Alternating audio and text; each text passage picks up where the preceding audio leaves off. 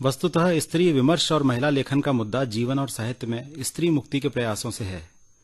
स्त्री की अस्मिता की लड़ाई आधी दुनिया को मनुष्य का दर्जा दिलाने की लड़ाई है।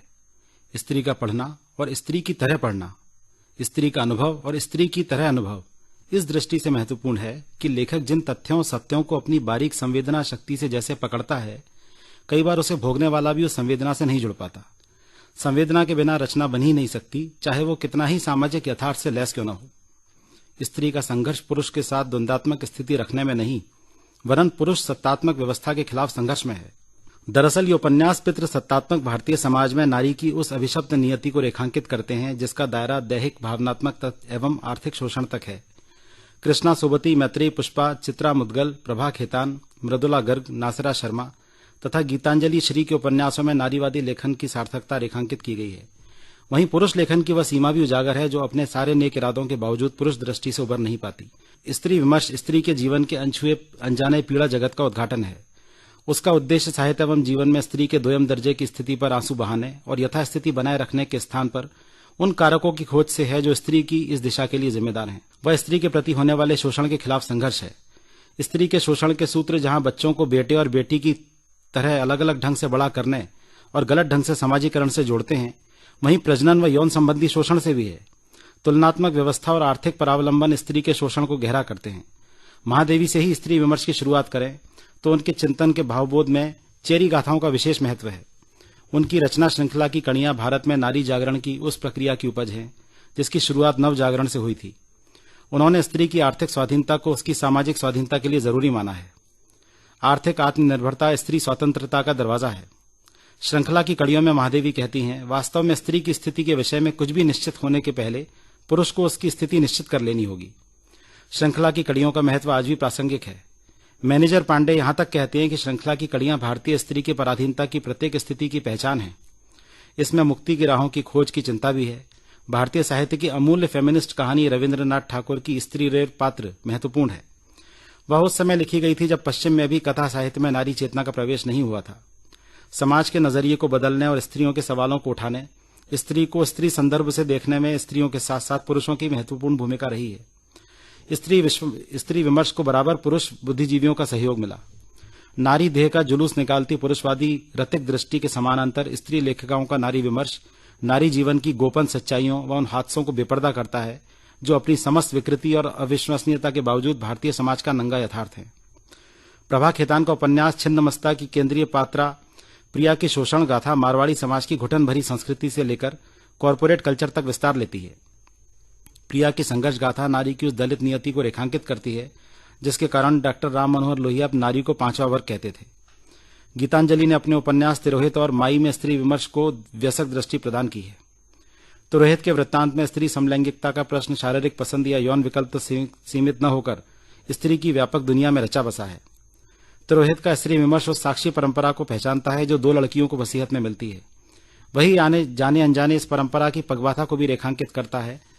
उनका उपन्यास माई स्त्री को परंपरागत दृष्टि से भूमिकाओं से परिभाषित करने, नई नैतिकता के माध्यम से व्यक्तित्व के विस्तार को समझने और न समझने के द्वंद्व का उपन्यास है।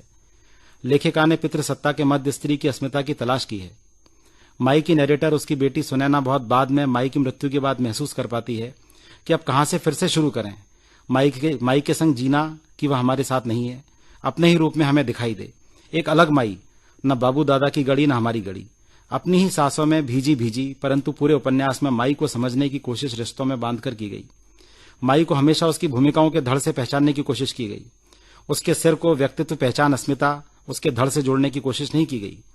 गौर करें कि प्रत्येक व्यक्ति में 3 पीढ़ियों की संभावना रहती है।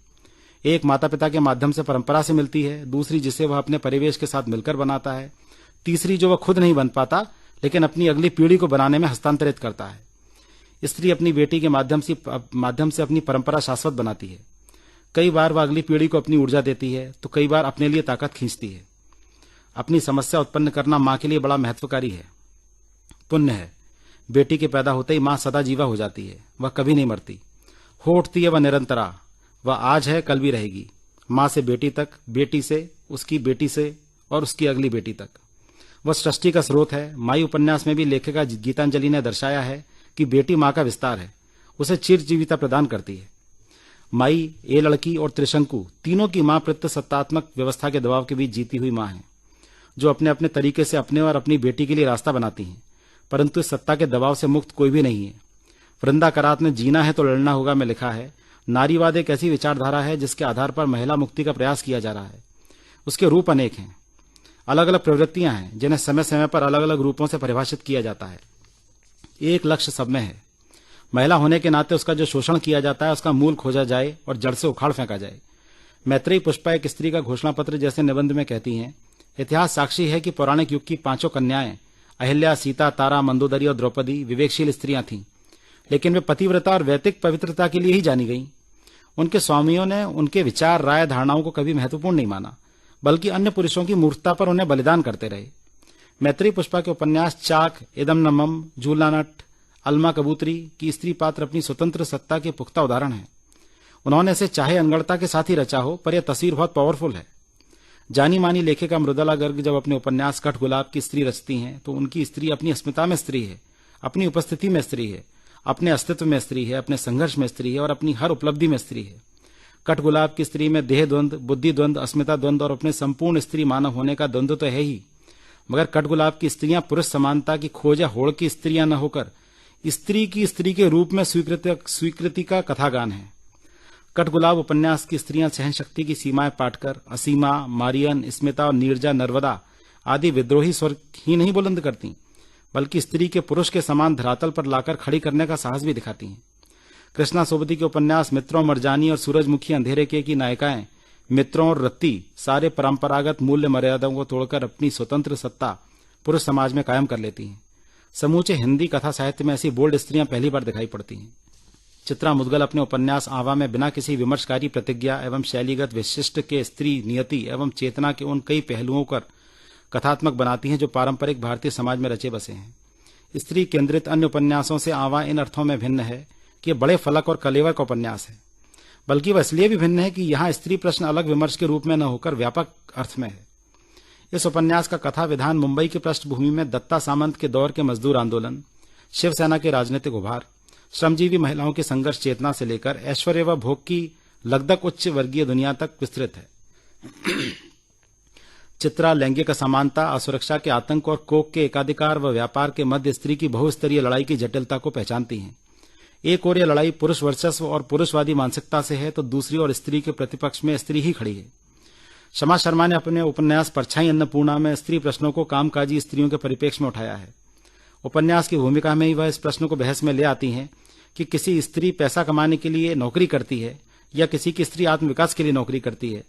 कामकाजी स्त्री को जहां बाहर अपने को स्थापित करने का संघर्ष झेलना है, घर और बाहर का तालमेल बिठाना है, विशेषकर तब जब वह महिला विवाहिता एवं मां हो। समय और कार्य के समायोजन में वह नट की रस्सी की तरह झूलती है। जीवन के इतने अच्छे वर्ष क्या उसने ऐसे यह करने के लिए बताए थे? न कभी हार संभाला ठीक से, न बच्चों को ही देख पाई ठीक से, न नौकरी ही हो पाई ठीक से। बाहर से सब कितना निर्मल, कितना आकर्षक लगता है। परंपरा ने उसे परिवार और बच्चों को प्राथमिकता देना सिखाया है। बच्चों को दिया जानलेवा वक्त जब ऑफिस में देना होता है तो स्त्री अपराध बोध से ग्रस्त हो जाती है। विशेष तौर पर जब बच्चा बीमार हो, मां का सानिध्य चाह रहा हो, स्त्री अपने आप को अपराधी समझती है। नासिरा शर्मा कहती हैं, औरतें और अनुराग, स्त्रियों और कोमलता, महिलाएं और मर्यादा, ये ऐसे शब्द हैं जिनमें निष्ठा, आस्था, अंधविश्वास की जगह तो है, मगर समझ, तर्क, कानून का स्थान नहीं है। मर्द समाज ने औरतों से जवाब सुनना कभी पसंद नहीं किया, न ही उनकी समझदारी को आदर की दृष्टि से देखा। मगर जिन मर्दों के मन में औरत को लेकर कोई ग्रंथि नहीं रही, उन्होंने औरतों के महत्व के लिए हमेशा रास्ता साफ किया, उन्हें अपने बराबर खड़ा किया और उनके महत्व को समझा, उनके लिए कानून बनाए। मगर अब समय है कि औरतें स्वयं अपने लिए कानून बनाएं, उसका प्रयोग करें, क्योंकि आज वे जीवन के हर क्षेत्र में मौजूद हैं। औरत को बनाते हुए खुदा ने कोख तो उसी के वजूद से बनाई है। अपने बात सृष्टि का अधिकार उसी ने दिया है, फिर उसका श्रेय मर्दों के नाम पर किसने चढ़ा दिया? यह नारीवाद का सामाजिक परिप्रेक्ष्य भी है। समकालीन महिला उपन्यासकारों में उषा प्रियमवदा एक ऐसा नाम है जिसका उपन्यास रचना का मूल स्रोत देश विदेश का अनुभव है। हिंदी कथा साहित्य लेखन में मुक्ति का मार्ग तलाशती आधुनिक स्त्री जीवन के विविध पहलुओं को परत दर परत उकेरती है। चाहे वह स्त्री की आर्थिक परतंत्रता का प्रश्न हो या यौन शुचिता का, या स्त्री के अंतः संबंधों का प्रश्न हो अथवा उसकी स्वतंत्र सत्ता का। स्त्री विमर्श स्त्री के स्वयं की स्थिति के बारे में सोचने और निर्णय करने का विमर्श है। कुल मिलाकर कहें तो स्त्री विमर्श स्त्री मन के मनोभावों का रेखांकन तो है ही, एक दृष्टि भी है, जो परंपरा के दबाव, संस्कार एवं पूर्वाग्रह से मुक्त होकर स्त्री की पहचान लिंग भेद से